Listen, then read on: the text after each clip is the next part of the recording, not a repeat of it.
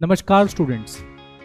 आपने यूपीएससी की preparation start कर दी है या करने वाले हो और टारगेट है कि नेक्स्ट ईयर आपको प्रीलिम्स देना है, तो ये वीडियो आपके लिए एक्सक्लूसिव है क्योंकि इस वीडियो में मैं आपको 10 गोल्डन रूल्स बताऊंगा जो आपके प्रिपरेशन को एक डायरेक्शन देगा और आप क्लैरिटी और फोकस से अपनी तैयारी कर सकते हो। तो शुरू करते हैं और हमारा पहला रूल है that is called scope. Scope हमें यह बताता है कि इस एग्जामिनेशन के लिए क्या पढ़ना है। इसीलिए बुक्स खरीदने से पहले आप यूपीएससी वेबसाइट से नोटिफिकेशन डाउनलोड कीजिए और सिलेबस को वर्ड टू वर्ड यानी कि थरली पढ़िए। तो फॉर एग्जांपल हमें हिस्ट्री से शुरुआत करनी है तो हमें हिस्ट्री के सिलेबस को पढ़ना चाहिए। हिस्ट्री के लिए हमने यूपीएससी की इंडियन हिस्ट्री के सिलेबस अपने सामने रखी है और देखिए कि हमें कौन कौन से टॉपिक पढ़ने हैं।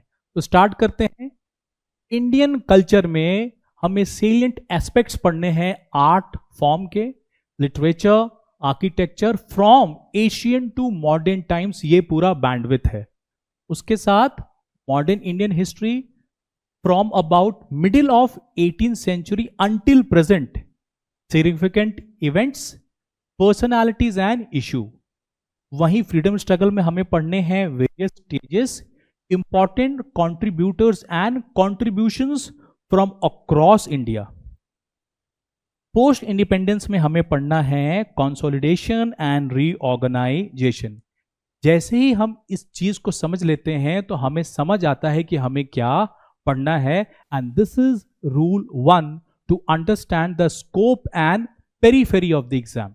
जैसे कि हमने देखा रूल 1 ने हमें यह समझाया कि क्या पढ़ना है, उसी तरीके से रूल 2 कहता है अप्रोच, यानी कि कैसे पढ़ना है। आपको एक काम करना है, जैसे फॉर एग्जांपल आपको मॉडर्न हिस्ट्री पढ़नी है तो आप मार्केट में जाएंगे और एक क्वेश्चन बैंक लाएंगे जिसमें पिछले 10 साल के क्वेश्चंस दिए हों। आपने मॉडर्न हिस्ट्री के सिलेबस को पढ़ लिया, अब आप पिछले 10 साल के क्वेश्चन को पढ़िए, एनालिसिस कीजिए। अब सवाल एक बनता है कि आपने तो अभी टेक्स्ट बुक नोट्स पढ़े ही नहीं, तो आप प्रीवियस ईयर क्वेश्चंस क्यों पढ़ोगे? इसके कुछ इंपॉर्टेंट रीजन है। पहला, अब जब पीवाईक्यूज अब आप पढ़ोगे तो आपको पता चलेगा कि क्वेश्चन किस कॉन्टेक्स्ट, किस पैटर्न, किस थीम से पूछा जा रहा है, किस टॉपिक को मल्टीपल टाइम्स पूछा जा रहा है, और थर्ड उसकी लैंग्वेज क्या है।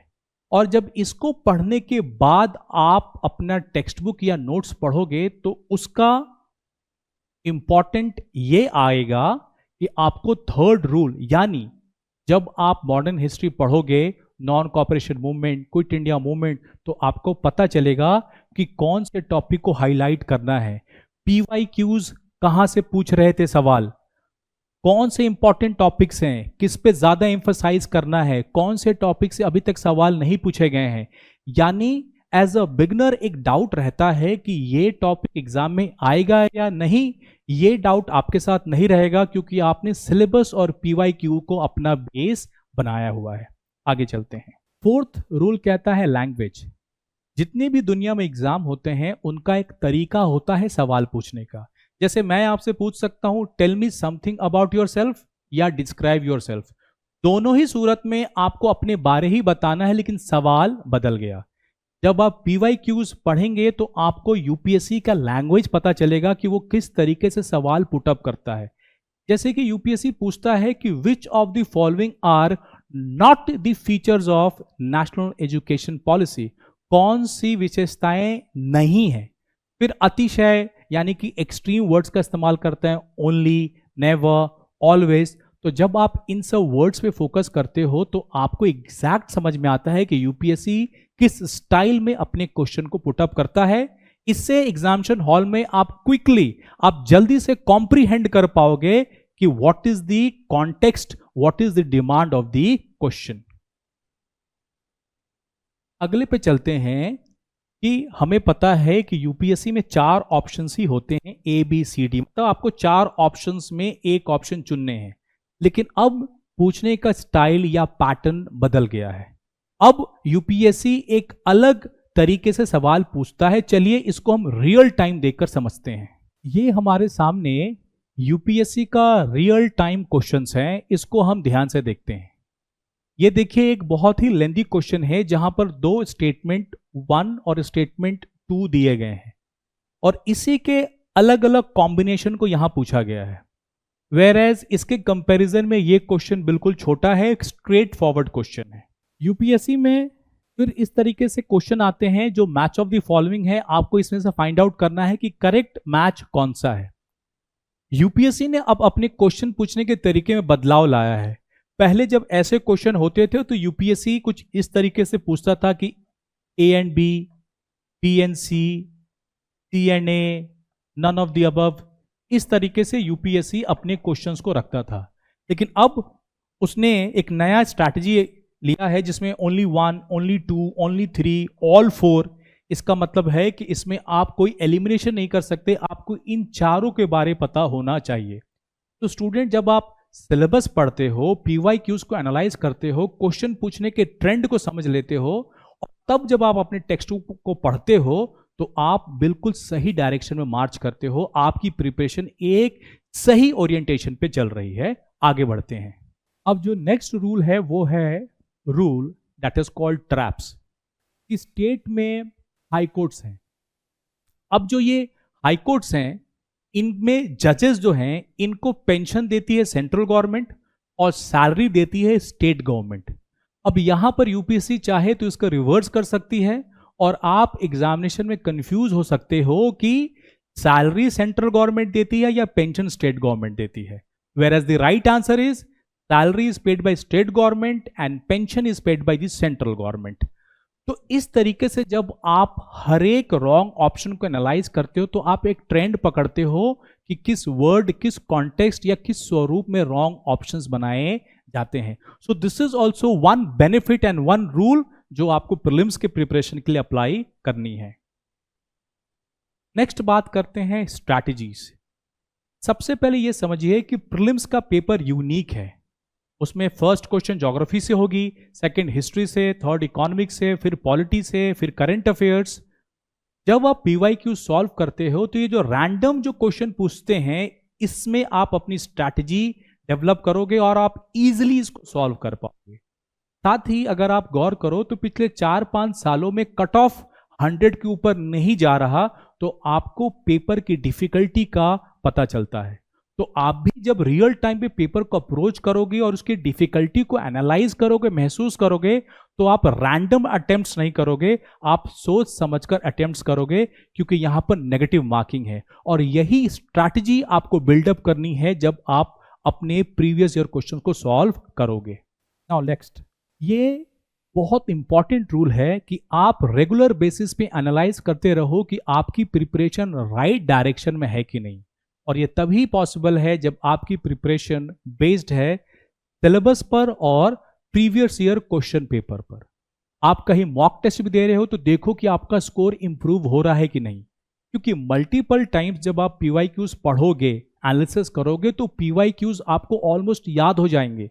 लेकिन यहां पर आपको डायरेक्शन खुद को कैसे देना है, आपको थीम समझनी है, एरिया समझना है, कॉन्टेक्स्ट समझना है, रीजनिंग समझनी है कि ये सवाल इस साल क्यों पूछे गए।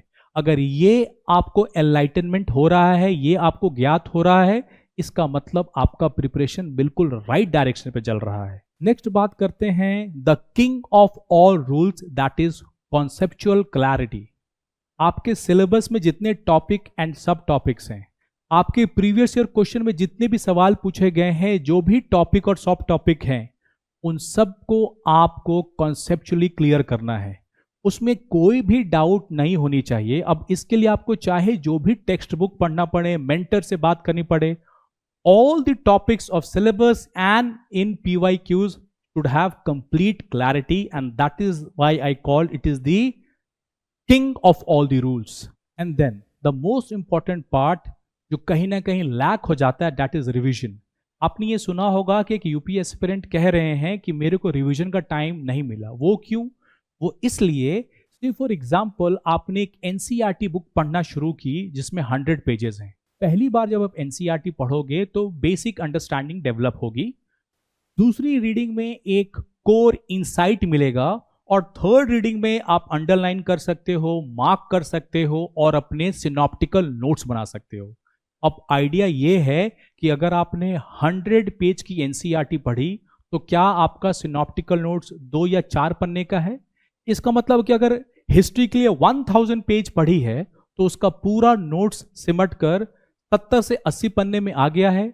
अगर ऐसा हो रहा है तो आपका रिवीजन बहुत एक्यूरेट होगा, क्योंकि एक नंबर आपने सिलेबस पढ़ा है, सेकंड आपके नोट्स पीवाईक्यू बेस्ड हैं, और थर्ड आपने उतने सारे रिसोर्सेज को इकट्ठा करके सिनॉप्टिकल नोट्स में समराइज कर दिया है।